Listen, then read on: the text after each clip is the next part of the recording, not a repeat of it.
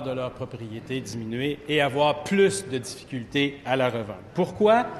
Parce que le ministre de l'Environnement, d'un côté, impose à l'agglomération de Québec d'adopter des cartes de zones inondables qui vont voir les secteurs touchés augmenter de façon exponentielle.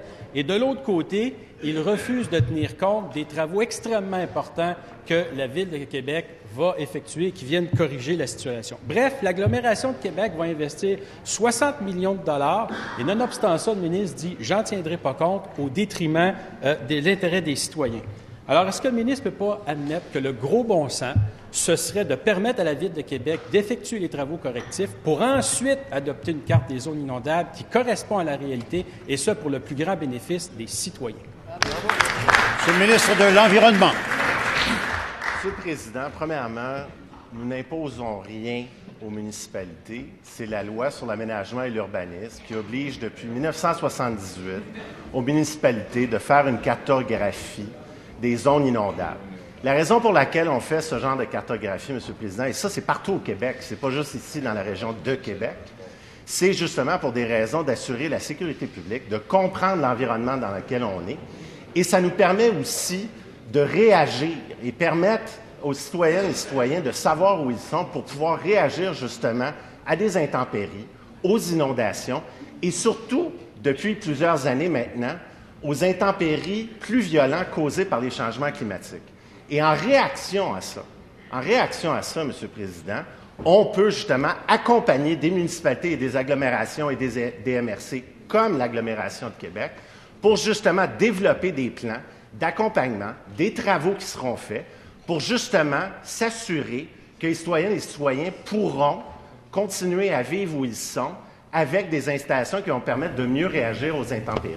Merci, M. le Président. Première complémentaire, M. le député de la Pelletrie. Monsieur le Président, l'imposition est faite par un décret ministériel, la condition numéro 3, qui dit que l'agglomération de Québec doit adopter une carte des zones inondables maintenant. De plus, c'est son propre ministère qui dit le ministère est d'avis que la réglementation doit par ailleurs être appliquée et conservée même après la mise en place des mesures de contrôle hydraulique. Bref, faites ce que vous voulez, on n'en tiendra pas compte. Puis ça, c'est supposé être au bénéfice des citoyens. Monsieur le ministre de l'Environnement.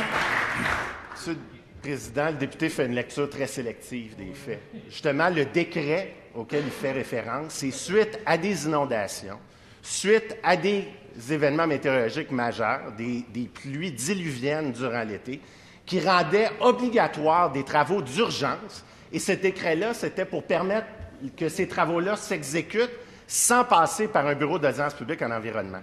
Et la raison pour laquelle il faut faire des cartographies, encore une fois, je le répète, c'est une obligation qui existe depuis 1978 en vertu de la loi sur l'aménagement et l'urbanisme, justement pour protéger les citoyennes et les citoyens.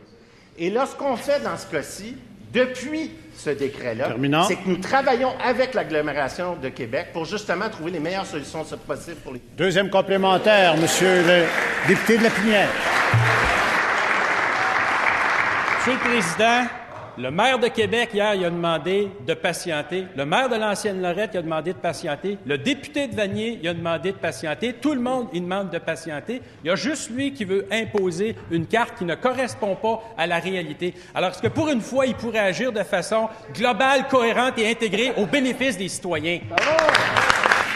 Monsieur le député, Monsieur le ministre de l'Environnement. Monsieur le Président, le député a oublié un adjectif et ça fait partie aussi du manque de sa question, c'est la rigueur. Dans ce cas-ci, Monsieur le Président, c'est que nous n'imposons absolument rien à qui que ce soit. Nous nous assurons, comme partout au Québec, que lorsqu'il y a des questions de sécurité publique, lorsqu'il y a des questions reliées à la protection des citoyennes et citoyens, lorsqu'il y a des zones inondables, lorsqu'il y a des événements météorologiques majeurs causés par les changements climatiques, que nous prendrons tous les moyens possibles pour accompagner les municipalités, les MRC, les agglomérations, pour s'assurer que tout soit fait pour que nous puissions les respecter et les accompagner dans les changements qui devront être faits. Merci, Monsieur le Président. Principal, Madame la députée de Tachereau.